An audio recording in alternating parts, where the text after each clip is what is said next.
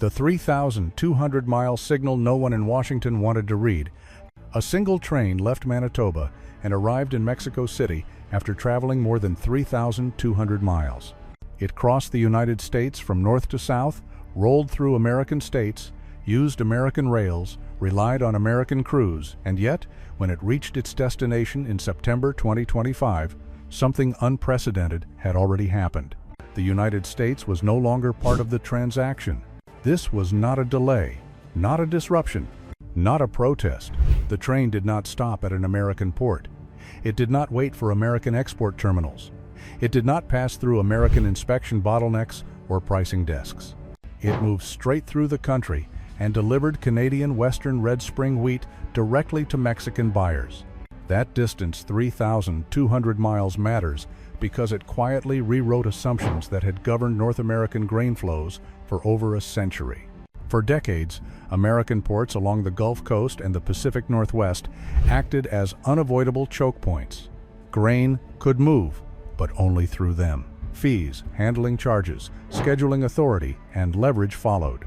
This train ignored all of that. When Canadian Prime Minister Mark Carney stood alongside Canadian Pacific Kansas City leadership in Mexico City to mark the arrival, the moment was deliberately understated. There was no victory speech, no confrontation, but the signal was unmistakable. The old map of North American grain trade still exists on paper, but it no longer describes how power moves in reality. This was not a shipment designed for headlines. It was a confirmation that the bypass was complete. American exporters who assumed Canadian wheat would always pass through their hands discovered something uncomfortable. Control does not disappear gradually. It vanishes the moment it is no longer needed. And the most destabilizing part was still ahead. The train did not go around the United States. It went straight through it. The merger that quietly rewired a continent. To understand how this became possible, you have to look backward, not at a policy announcement, but at a merger most Americans barely noticed. In 2023, Canadian Pacific and Kansas City Southern completed their merger, creating Canadian Pacific Kansas City. On paper, it looked like a standard consolidation. In reality, it created the first single-line railway connecting Canada, the United States, and Mexico from end to end. For decades, North American rail systems were fragmented. Grain moved in pieces. Ownership changed. Control changed. And the United States sat at the center, not because it produced the most grain, but because it controlled the exits. The merger changed that geometry. Suddenly, Canadian grain could move from prairie farms to Mexican industrial centers without switching railroads, renegotiating access, or handing pricing power to American intermediaries. What used to be a patchwork became a continuous corridor. This was not an efficiency upgrade. It was a strategic realignment. When a full train of Canadian wheat traveled uninterrupted from Manitoba to Mexico City in 2025, it demonstrated that the corridor was no longer theoretical. It was operational, repeatable, scalable. CPKC did not describe this as a geopolitical maneuver. The language was careful: route optionality, market access, resiliency. But within the industry, the meaning was clear. Canadian shippers were building pathways that reduced exposure to American policy volatility. Tariff threats, abrupt enforcement changes, shifting political priorities. Each uncertainty made reliance on U.S. controlled export infrastructure feel less like a partnership and more like a liability. The most striking detail is where the power actually shifted. The rail lines still run across American territory. The locomotives still cross American states. But the authority over where grain enters global markets no longer sits in U.S. ports. The infrastructure remains, the leverage does not. What once looked like a routine corporate merger quietly dismantled a century-old assumption that geography guaranteed control.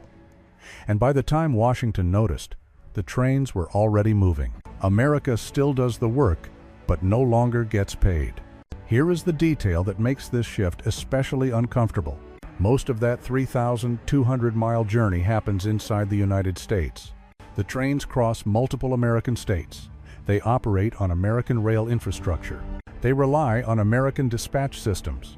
Industry reports indicate roughly 11 crew changes on U.S. soil alone.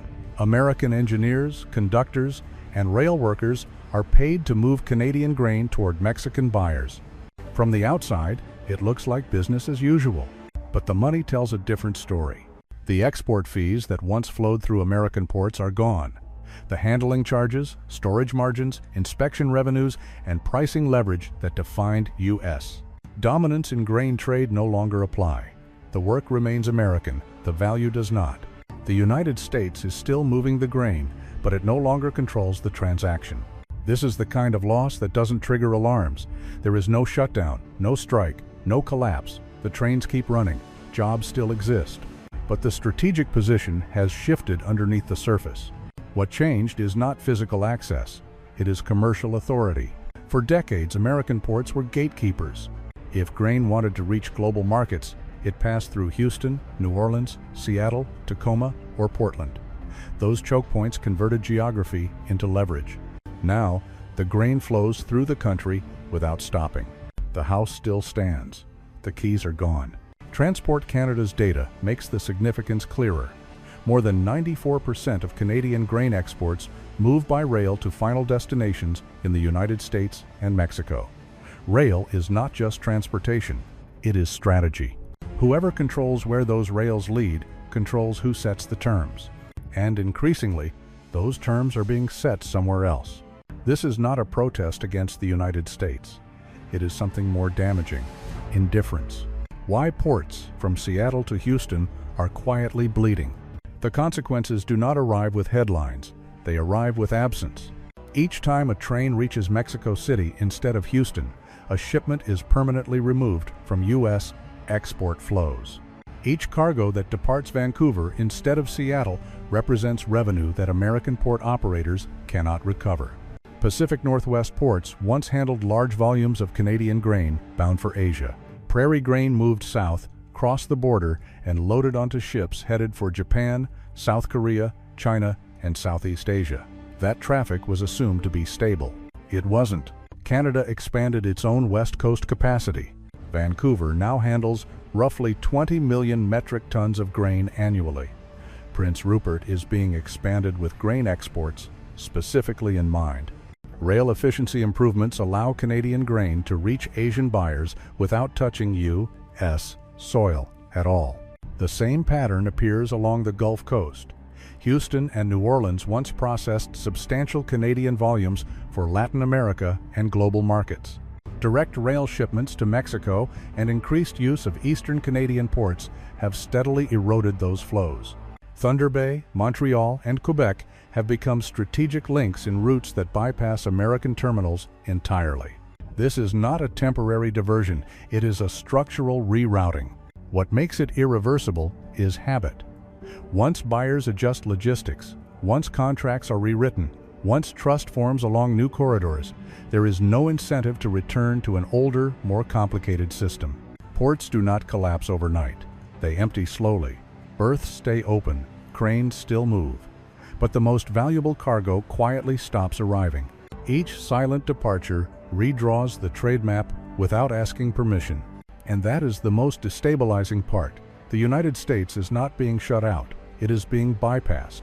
The difference is subtle, but the outcome is far more permanent. Mexico, from secondary buyer to strategic anchor. For decades, Mexico sat on the edge of North America's grain system. It was important, but not central. A destination, not a pillar. That status has changed.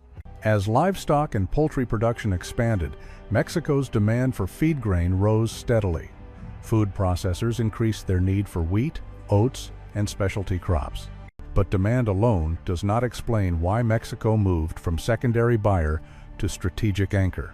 What mattered more was reliability. In a period defined by tariff threats, abrupt policy shifts, and unpredictable enforcement, Mexico began to prioritize suppliers that offered consistency over leverage. Canadian grain arrived with stable contracts, predictable delivery windows, and fewer political conditions attached. When shipments roll directly into Mexico City by rail, the transaction bypasses American ports, export terminals, inspectors, and regulatory bottlenecks. What remains is a bilateral exchange in which Canada supplies and Mexico receives clean, fast, and insulated from third-party interference. This is not convenience, it is risk management. Mexico is not choosing Canada because it is cheaper in the short term. It is choosing Canada because it reduces exposure to uncertainty. Each direct shipment lowers dependence on American grain and American infrastructure at the same time. The benefits compound. Canadian exporters widen their customer base. Mexican buyers secure supply. And both sides quietly reduce vulnerability to policy turbulence originating elsewhere. For Canadian Pacific Kansas City, the incentives align perfectly.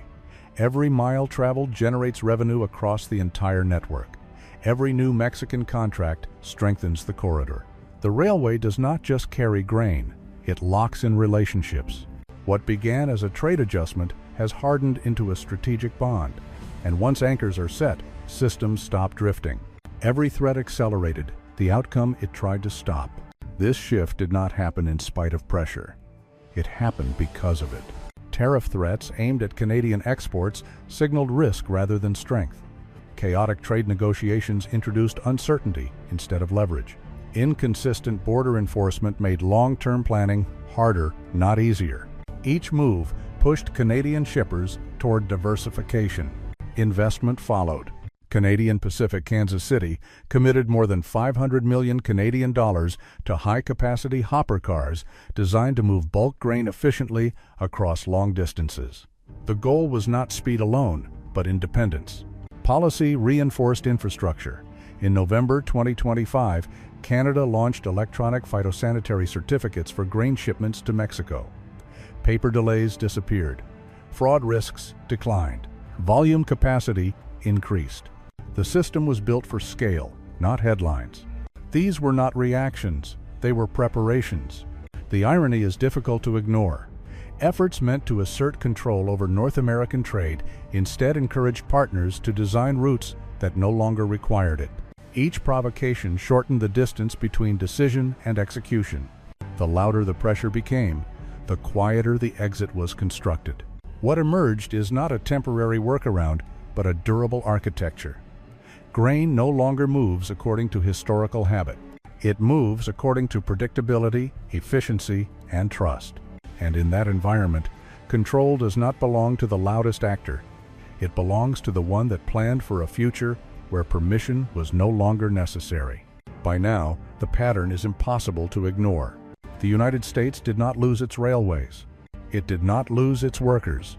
It did not lose its geography. It lost something far more decisive: centrality.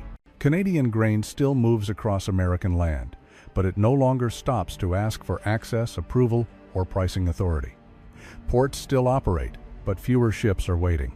Rail lines remain active, but the strategic decisions are made elsewhere. Canada did not break the system, it simply stopped needing it.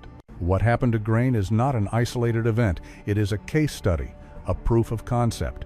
Once a trade corridor proves it can function without American gatekeeping, the logic spreads. Potash, aluminum, energy, critical minerals, manufacturing inputs. The same question begins to surface across sectors. If the U.S. is no longer predictable, why route power through it at all? Mexico and Canada have already adjusted to a new equilibrium, one built on bilateral certainty rather than inherited dominance. And once supply chains adapt to that logic, they do not revert out of nostalgia. This is the uncomfortable truth.